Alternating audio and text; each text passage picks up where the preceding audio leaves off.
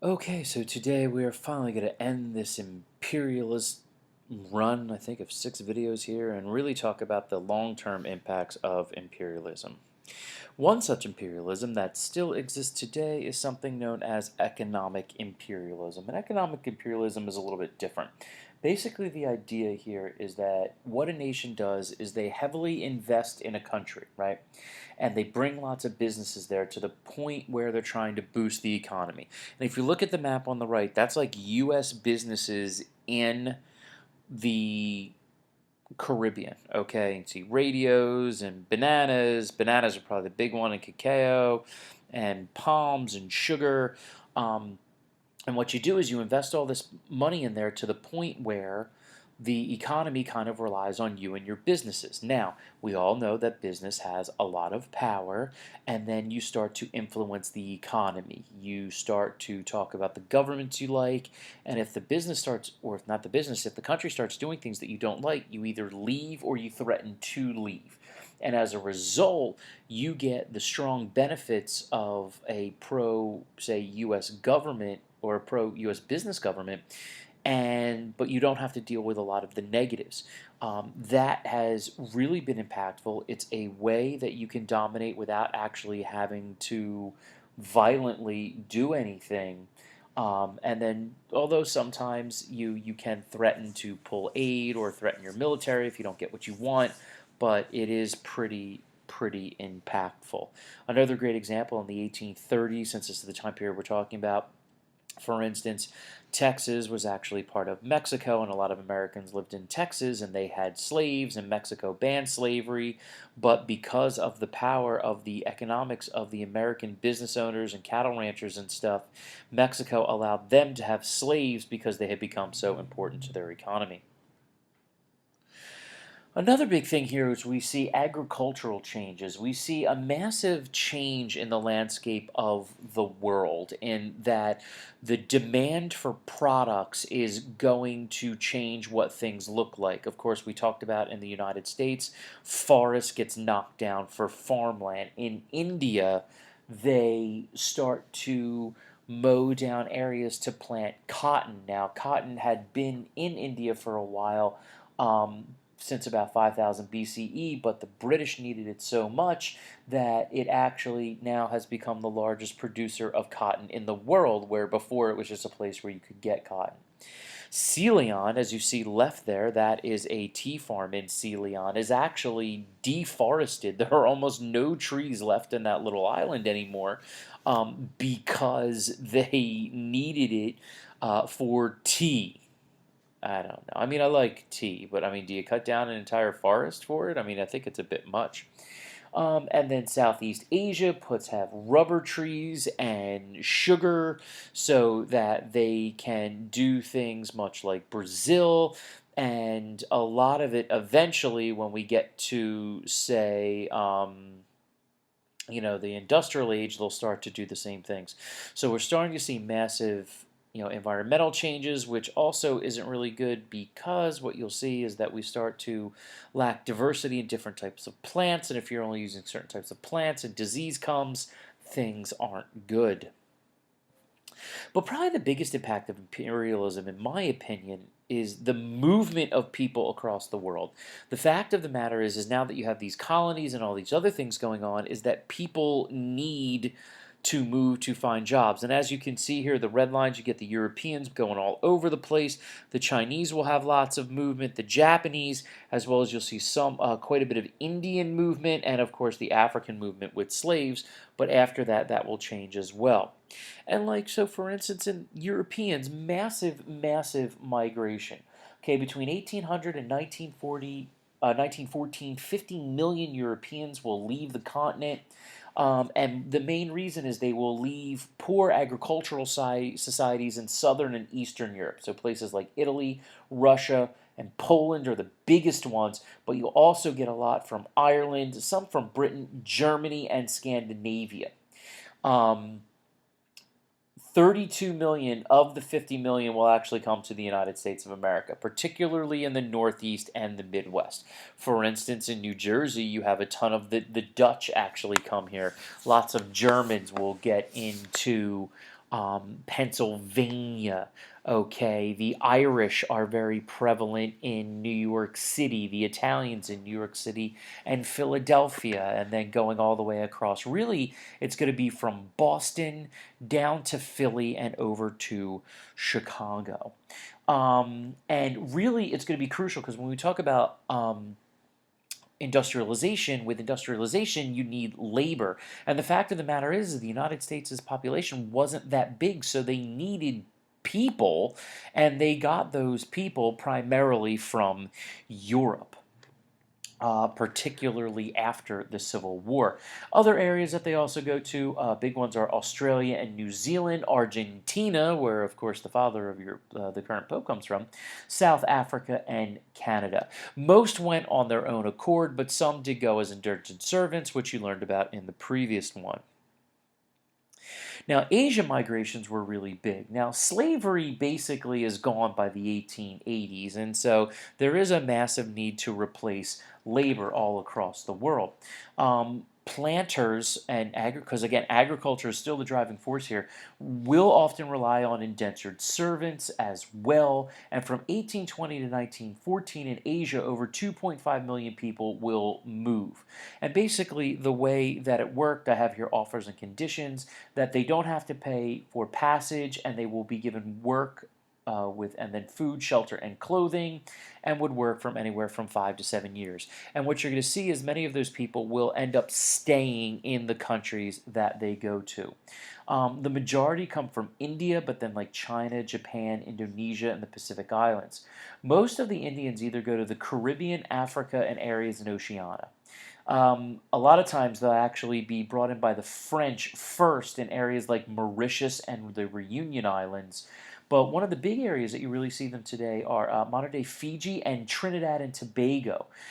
Particularly, you get lots of intermarriage, and many people that are from Fiji or Trinidad are often mistaken as being quote unquote Indian because of their deep heritage and intermarriage. Now, the Chinese, on the other hand, after the Opium War, many of them will look to leave, not a bad idea. Many of them go to the plantations in Hawaii, which we'll talk about that later, as well as Cuba and Peru, and huge amounts go to the western United States, where basically they built all of the railroads.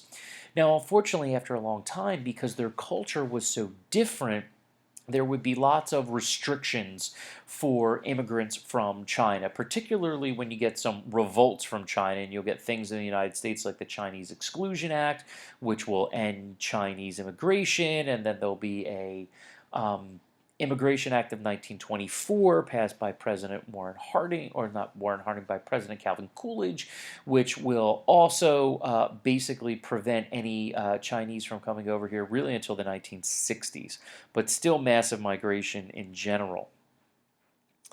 Now, what you do also get are some conflicts. Now, when you get migration, the advantage, of course, you get labor and things like that, and to a certain degree, people have an opportunity to choose where they want to go. But because of the economic system that's set up that we're going to be talking about when we get to industrialization, many people are under control of others, whether that be natives or that be immigrants who are coming in. And you'll see immigration movements are going to be really, really important. But the natives within the colonies are going to be the big ones, and you're going to get periodic revolts that will happen to try to push these people out. Now, of course, many of those revolts aren't successful until the 1940s, 50s, or 60s, but they still happen. The biggest one, like you see on the left, was the Zulu Wars, or the Anglo-Zulu Wars, that the British had to fight for, about 10 years in the southern portion of Africa. And of course, you have the revolts in India that we talked about. But in no place was the impact or the legacy of imperialism felt stronger than in China. Okay, now China is going to be a really case study in this, and we're going to talk about some things that first open up China to imperialism and then the reaction to it. The biggest thing was really the Taiping Rebellion that happened in China from 1850 to 1864, and it was led by this man over here, a guy by the name of Hang Shui-shuang. Now, Hang Shui-shuang actually was a man that was a failed aristocrat, basically, was trying to get into a civil service, and basically went into some type of mental and religious breakdown. And what he had were a series of visions that he was basically convinced that he was a Chinese version of Jesus. He actually became a deeply Christian man and felt that he was Jesus's brother. And many people fell in line with this, and they really, did believe him deeply.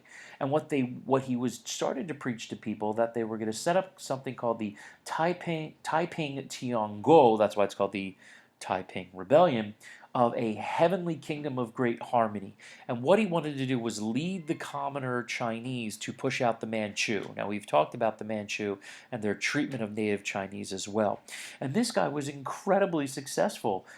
He starts out with just peasants, eventually grows to have a 1,000,000-man army. Yes, I repeat, a 1,000,000-man army, because he was so good, and takes over one-third of China, including the capital city of Nanjing. Now, unfortunately, because China's army is so huge, as you can see here, they are eventually able to come back and defeat the rebellion. In 1864, they had a series of victories, which then resulted in Han Shuishuang killing himself, and they would soon capture his son and kill him. What's crazy about this war killed 20 million people. It's got the fourth highest death toll of all time, which you've never heard about. Everybody talks about World War II, which rightfully so, which killed more wars than any other war.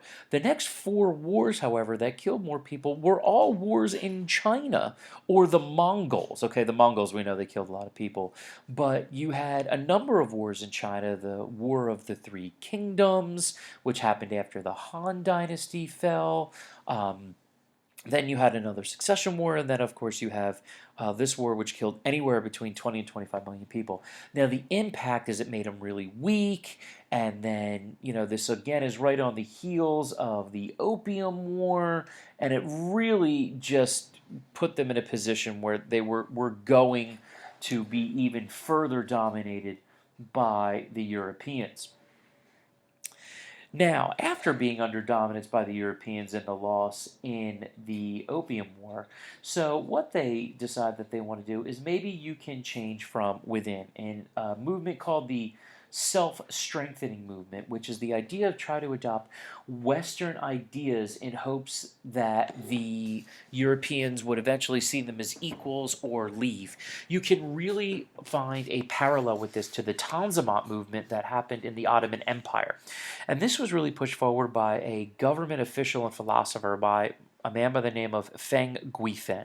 And the idea was to, in economics, develop modern industries like railways, telegraphs, coal, clothing manufacturing, and shipping and infrastructure. Interestingly enough, some of the manufacturing they, of course, do for us today. In the military, you're going to open military academies and get, like on the right here, modern weaponry. And then over here, you're going to set up, this is actually a giant factory and armory. And ultimately, the goal is to really open themselves up, try to develop a like ambassador system and relationships with these foreign dignitaries. But unfortunately, in the long run, it's going to fail. And the reason why it fails is that there's just too much of a division in the population. China has always been so focused on their own culture that accepting things from the outside has never really worked well, and this would be one of those cases. As well as there was a lot of resistance from the imperial throne and the Qing dynasty, because they were still living a fairly good life of luxury. Actually, at this time, you had an empress, yes, an empress, only because her son was a baby, Cixi, that was really just doing whatever she wanted and enjoying her life. And what you end up happening is a giant movement called the Boxer Rebellion. This happens in 1901, 1902, in which you get a military society. You see the guys on the right, called the Society of Righteous and Harmonious Fists. It's one of my favorite names really ever in history. I think John Green would appreciate it, but they were nicknamed the Boxers. And this was a society that basically decided that they need to get rid of Westerners and any Chinese who support them. And they rise all up over China and looking to push everybody out. Unfortunately for them, the nations that were involved in China, Britain, France, the United States, Germany, that all had kind of taken a chunk of it during the imperial period, all banded together and basically whacked them. Interestingly enough, future President Herbert Hoover was actually over there, and he had to man a cannon along with his wife, interestingly enough, who actually carried a set of pistols to defend the U.S. Embassy, which is kind of crazy. In the end, they are destroyed, and we know what ends up happening. They have 115,000 Boxers are killed. But then the United States and Britain and other countries decides, China, this is ridiculous what you just did, so we fine them $330 million, which is kind of crazy. But what this is actually going to do is set up the fall of the emperor, which we're going to get to in our next section. So we can see in general the legacies of imperialism aren't really good. Yes, you get people moving around and some improvement, but we talked about the oppression, we talked about the robbing of resources, the dissolution of countries like China and stuff like that, and it's just going to be bad. All right, guys, I'll talk to you soon, and make sure you get your comments and your questions.